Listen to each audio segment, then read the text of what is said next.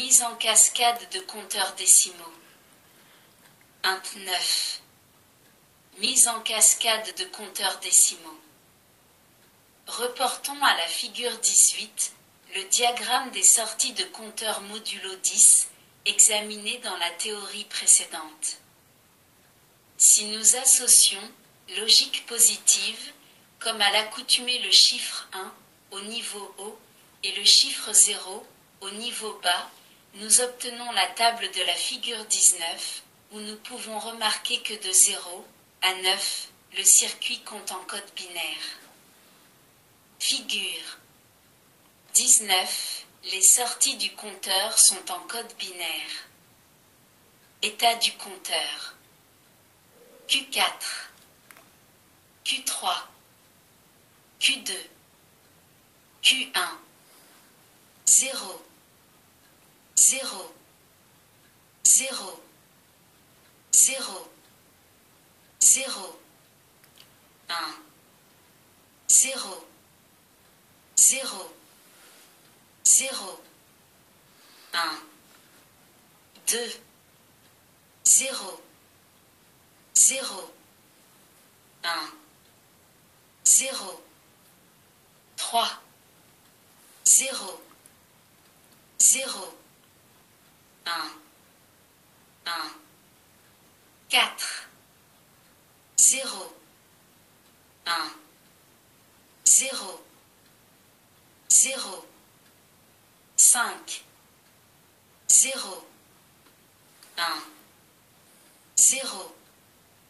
1, 6, 0, 1, 1, 0, 7, 0, 1, 1, 1, 8, 1, 0, 0, 0, 9, 1, 0, 0, 1. Comme vous l'avez vu dans la théorie 9, il est possible de mettre plusieurs compteurs en cascade, en reliant la sortie carry, du premier à l'entrée chip enable T, CET, du second et ainsi de suite. 3 compteurs synchrones modulo 10, ainsi reliés forment le circuit représenté figure 20. Chaque décade, lorsqu'elle repasse à 0, incrémente la décade suivante de 1. Ainsi la première décade comptera chaque impulsion, la seconde en comptera une toutes les 10 et la troisième une toutes les 100. Les niveaux des 4 sorties, Q1, Q2, Q3 et Q4, de chaque décade, forment un code binaire arrangé suivant la table de la figure 19.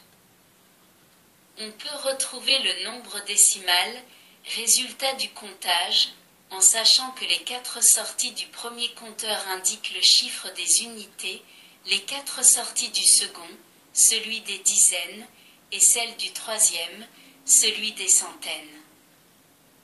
De cette manière, le compteur utilise le code BCD. 1, 10. Décodeur de décade. Comme pour le compteur modulo 16, la décade a souvent besoin d'un décodeur pour ses sorties. Dans le commerce, on trouve des décodeurs avec 4 entrées et 10 sorties qui remplissent précisément cette tâche, figure 21. Ces décodeurs possèdent 4 entrées et 10 sorties. Ils permettent, lorsque l'on affiche un nombre binaire, sur les 4 entrées d'obtenir l'équivalent décimal en rendant valide l'une des 10 sorties. Ils n'acceptent donc en entrée que les nombres binaires compris entre 0000 et 1001, c'est-à-dire entre 0 décimal et 9 décimales. Ces décodeurs sont appelés 4 vers 10, de même les décodeurs à sortie hexadécimale sont appelés 4 vers 16. La figure 22AB représente un décodeur MOS type 4028B 4 vers 10 dont les sorties sont actives à l'état 1. D'autres décodeurs ont des sorties actives à l'état 0. La figure 22CD représente l'association de deux décodeurs 4028B afin de réaliser un décodeur 4 vers 16.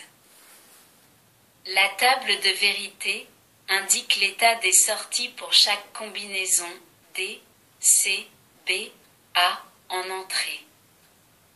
On peut utiliser les sorties pour décoder différents codes. Ici, nous utilisons deux décodeurs en cascade dans lesquels ne sont exploitées que les sorties de 0 à 7. Jusqu'à cet hexadécimal, l'entrée D étant à 0, le circuit 1 a ses sorties validées et le circuit 2, le bit D étant inversé, ne peut avoir de sortie utilisée validée. À partir de 8 décimales, le bit D étant à 0, le circuit 2 a ses sorties 0 à 7 qui peuvent être validées suivant les combinaisons de A, B, C, alors que les sorties utilisées du circuit 1 ne peuvent être validées.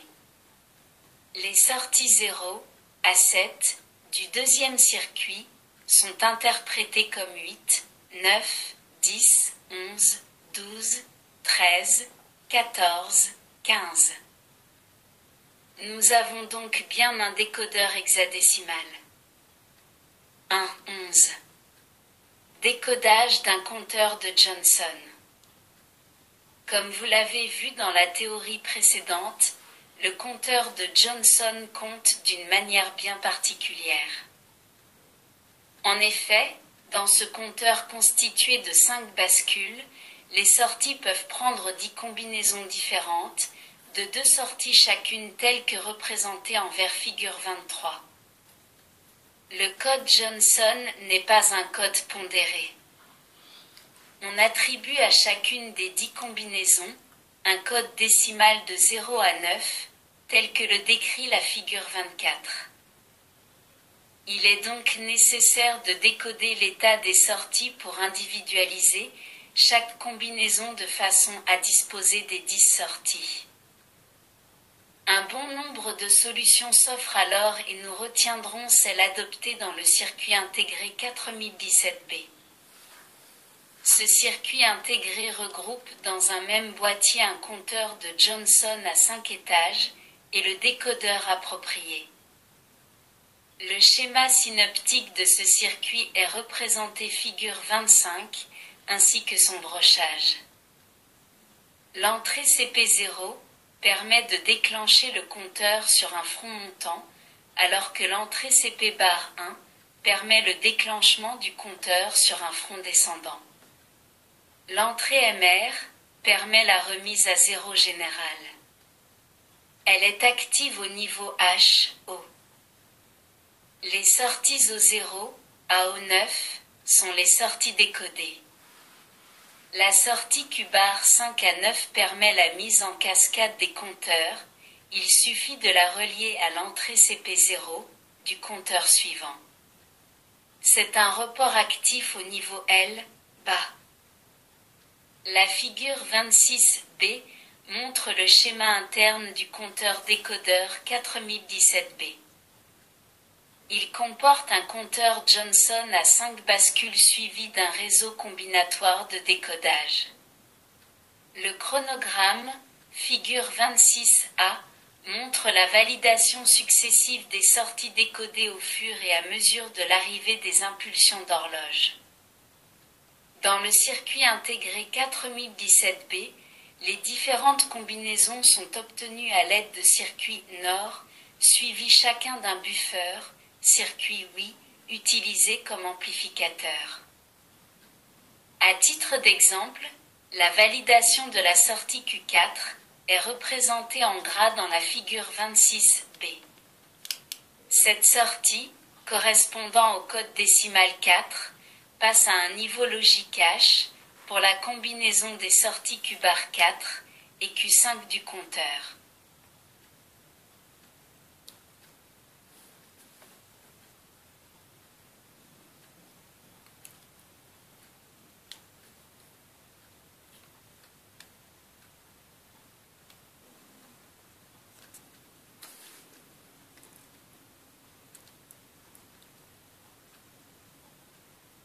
Merci de votre écoute. À bientôt.